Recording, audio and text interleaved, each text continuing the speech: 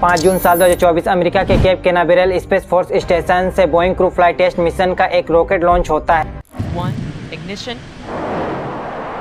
and liftoff of Starliner and Atlas V, जिसमें बैठे हैं 2 एस्ट्रोनॉट जो अंतरिक्ष में मौजूद ISS यानी इंटरनेशनल स्पेस स्टेशन पर जा रहे हैं। इससे पहले इन दोनों ने साथ में 2 मिशन किए थे, जबकि सुनीता विलियम्स ने स्पेस पर साल 2006 में 195 दिन और साल 2012 में 127 दिन बिताए थे, यानी कुल मिलाकर 322 दिन स्पेस में बिता चुकी है अपने पहले और दूसरे मिशन के दौरान, और ये इनका तीसरा मिशन था। लेकिन ये इस बात से बेखबर थे कि इनका मिशन बीच में ही अटकने वाला है। दरअसल स्पेस में पहुंचने के बाद वापस आने का टाइम आया तो यान में गड़बड़ी का पता चला। बोइंग स्टारलाइन में हीलियम गैस की लीकेज और 5 थ्रस्टर में खामी पाई गई, जिसके बाद वापस लौटने का मिशन को टाल दिया गया और वे अंतरिक्ष में ही फंस गए। ऐसा ही मिला जुला घटना फरवरी साल 2003 में हो चुका है, जब लोगों ने आसमान में आग के साथ एक बड़ा सा गोला को देखा, जिसे पूरे दुनिया के न्यूज चैनल ने कवर किया था। ये स्पेस शटल भी बोइंग कंपनी का ही था, जिसमें सवार थे 7 एस्ट्रोनॉट। मगर जब ये अपने मिशन को पूरा करके धरती पर वापस लौट रहे थे तो एक बहुत बड़ा धमाका हुआ। दरअसल रॉकेट लॉन्च होने के टाइम पर ही एक बड़ा सा हीट फॉर्म के टुकड़े ने उस स्पेस शटल के विंग्स पर टकराकर एक बड़ा सा होल कर दिया था, और जब ये वापस लौट रहे थे तो पृथ्वी के एटमॉस्फेयर के गैसेस ने उस स्पेस शटल पर हुए होल के अंदर इतनी तेजी से हवा इंटर हुआ कि पूरे स्पेस शटल का टेम्परेचर मेल्टिंग पॉइंट तक पहुंच गया था, जिसको ये स्पेस शटल झेल नहीं पाया और तुरंत ही ब्लास्ट हो गया। इस ब्लास्ट के चलते सातों के सातों एस्ट्रोनॉट मारे गए, जिसमें से एक Indian origin astronaut Kalpana Chawla भी थी। खैर, इसके ऊपर एक अलग सा वीडियो बन सकता है। मगर यहाँ पर सुनीता विलियम्स और उसके साथी के साथ हुआ उसका क्या? इस स्पेस शटल में कई खामियां हैं, जिसकी वजह से इसे दोबारा यूज नहीं किया जा सकता है। नासा के अनुसार ये एस्ट्रोनॉट 8 महीने तक स्पेस में फंसे रहेंगे। मगर यहाँ पर सवाल उठता है कि ये फेलियर कैसे करके हुआ, तो आइए इस वीडियो में समझते हैं।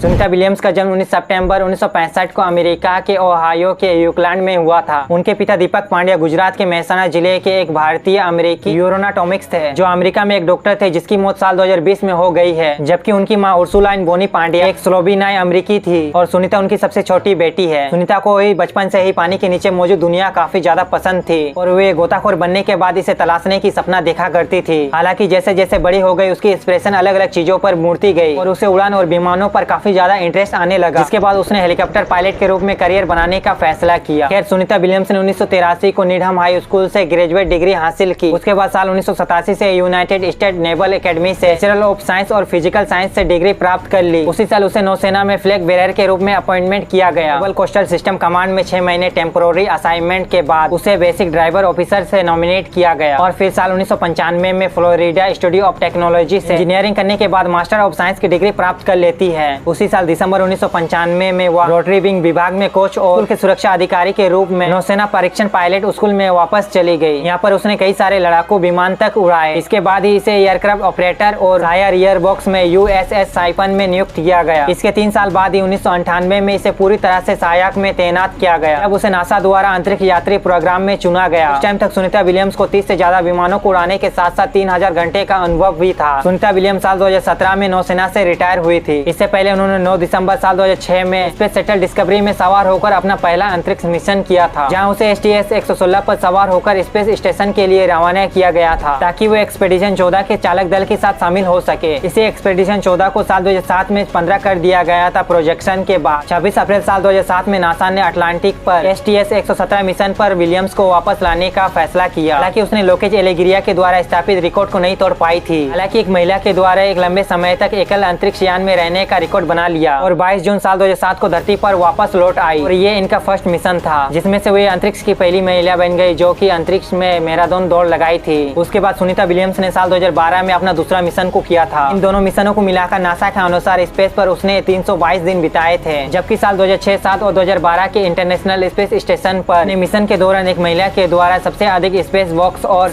12 घंटे 40 मिनट का टाइम रिकॉर्ड बनाया था, जो भारतीय मूल की अंतरिक्ष यात्री सुनीता विलियम्स ने अपने नाम और एक रिकॉर्ड हासिल कर ली। सुनीता विलियम्स अंतरिक्ष में परीक्षण मिशन पर एक नए अंतरिक्ष यान को उड़ाने वाली एक पहली महिला बन गई, जो अब 48 वर्ष की है। इसके बाद भी बोइंग के स्टारलाइन कैप्सूल पर उड़ान भरी थी, मगर यह स्पेस मिशन पूरा हो जाए तो यह स्पेस एक्स क्रू ड्रैगन के बाद स्टारलाइन के अंतरिक्ष यात्रियों को कक्षा में लैब से लाने और ले जाने वाला दूसरा निजी अंतरिक्ष यान बना देगा। लेकिन अब आते हैं वीडियो के मेन सवाल पर, आखिर क्या कारण था इस लीकेज के पीछे? क्या पायलट ने कुछ गलती करी थी या क्रू मेंबर के द्वारा गलत डिसीजन लिया गया था? सच कहूँ तो इन दोनों एस्ट्रोनॉट को कुछ भी मालूम नहीं था। एक रिपोर्ट के अनुसार नासा के लोगों को इस प्रॉब्लम के के बारे में पहले ही मालूम था, लेकिन उन्होंने इस प्रॉब्लम को नजरअंदाज कर दी, जिसकी वजह से इस प्रॉब्लम को झेलना पड़ रहा है। खैर यह स्टारलाइन वापस धरती पर खाली ही लौट आई है। ये दोनों एस्ट्रोनॉट फरवरी 2025 में वापस लौटेंगे। दोस्तों यहाँ पर नासा ने फैसला लिया है कि सुनीता विलियम्स और उसके साथी को वापस लाने के लिए space x crew dragon spacecraft का सहारा लिया जाएगा। जब स्पेस एक्स का mission crew 9 international space station पर जाएगा, उस मिशन में 4 जन भेजने की जगह है, मगर वहाँ पर 4 जन के बजाय 2 जनों को भेजा जाएगा और 2 सीट खाली ही भेजा जाएगा, ताकि वापस आते समय उस सीट में सुनीता विलियम्स और उसके साथी वापस आ सके। क्योंकि यह चीज अगले साल फरवरी में ही होना है, तो जिसकी वजह से ये इंटरनेशनल स्पेस स्टेशन पर 9 महीने बिताएंगे। लेकिन यहाँ पर बोइंग कंपनी की प्रॉब्लम स्पेस में ही नहीं, बल्कि रिसेंटली कुछ प्लेनों के अंदर भी देखा गया है, जिसकी वजह से लोगों ने काफी ज्यादा आलोचना करी थी पिछले कुछ सालों से। 5 जनवरी इसी साल की बात है, जब अलास्का एयरलाइंस का एक प्लेन बोइंग 373 मैक्स जो नॉर्मल फ्लाइट के लिए उड़ान भरता है, जो पोर्टलैंड से ओटीओ जा रहा था, मगर जैसे ही यह 16,000 फीट की ऊंचाई पर पहुंचता है, प्लेन का दरवाजा पूरी तरह से खुलकर हवा में उड़ जाता है, जिसके बाद लोगों के बैग यहाँ तक कि लैपटॉप सभी कुछ हवा में उड़ जाता है। थैंक्सफुल यहाँ पर लोगों ने सीट बेल्ट पहने हुए थे, नहीं तो बहुत बड़ा दुर्घटना हो सकता था। और जब इसके ऊपर रिसर्च किया गया तो पता चला कि इनके हार्डवेयर लूज थे, इनके जो बोल्ट थे उन्हें एडिशनल टाइट करने की जरूरत है। इसके अलावा इनके ऐसे कई प्लेनों के अंदर ऐसा ही प्रॉब्लम पाया गया, जिसके बाद अलास्का एयरलाइंस और यूनाइटेड एयरलाइंस ने अपने सारे बोइंग 737 मैक्स प्लेन को ग्राउंड कर दिया। इसरो के पूर्व वैज्ञानिक विनोद कुमार श्रीवास्तव के अनुसार सुनीता विलियम्स और उसके साथी को जिस स्पेसक्राफ्ट में बैठाकर इंटरनेशनल स्पेस स्टेशन पर पहुंचाया गया है, यह स्पेस स्टेशन अमेरिका और रूस के संयुक्त कोशिश का नतीजा है। जिस कैप्सूल में बैठाकर अंतरिक्ष यात्रियों को वहाँ पर भेजा गया है, उसे भेजने के लिए थ्रस्टर का यूज करते हैं। थ्रस्टर एक प्रकार का मिनी रॉकेट होता है, इन्हें फायर करके हीलियम गैस के रॉकेट के टैंकर को प्रेशराइज किया जाता है और जिसे जरूरत के मुताबिक दबाव करके फायर किया जाता है। इस हीलियम गैस को कई तरह के टैंकरों में स्टोर करके हाई प्रेशर में रखा जाता है, यानी कम जगहों पर ज्यादा हीलियम गैस भरी जाती है। इसे आमतौर पर 300 से 400 किलो पर सेंटीमीटर वर्ग में स्टोर किया जाता है और जब इंजन को कंट्रोल करने की जरूरत होती है तो रॉकेट को फायर करके हीलियम गैस को ऊंचे दबाव से न्यूनतम दबाव में लाया जाता है, जो हीलियम गैस के बोतल में स्टोर होता है। CBS ने अपनी रिपोर्ट में दावा किया था कि इस मिशन को लॉन्च करने से पहले ही नासा और बोइंग कंपनी को दोनों को इस प्रॉब्लम के बारे में पता था। उसके बावजूद इस लीकेज को इस मिशन के लिए मामूली खतरा समझा और यह स्टारलाइन बोइंग का ही स्पेसक्राफ्ट है। नासा और बोइंग कंपनी के फैसले के कारण ही सुनीता विलियम्स और उसके साथी इंटरनेशनल स्पेस स्टेशन में फंसे हुए हैं, जबकि इसी लीकेज के कारण इस लॉन्चिंग को पहले टाल दिया गया था। पहले तो यह मिशन 7 जुलाई को लॉन्च होने वाला था, मगर हीलियम गैस के लीकेज के कारण 4 थ्रस्टर पूरी तरह से बेकार हो गए। इसके बाद इस लॉन्च को टाल दिया गया।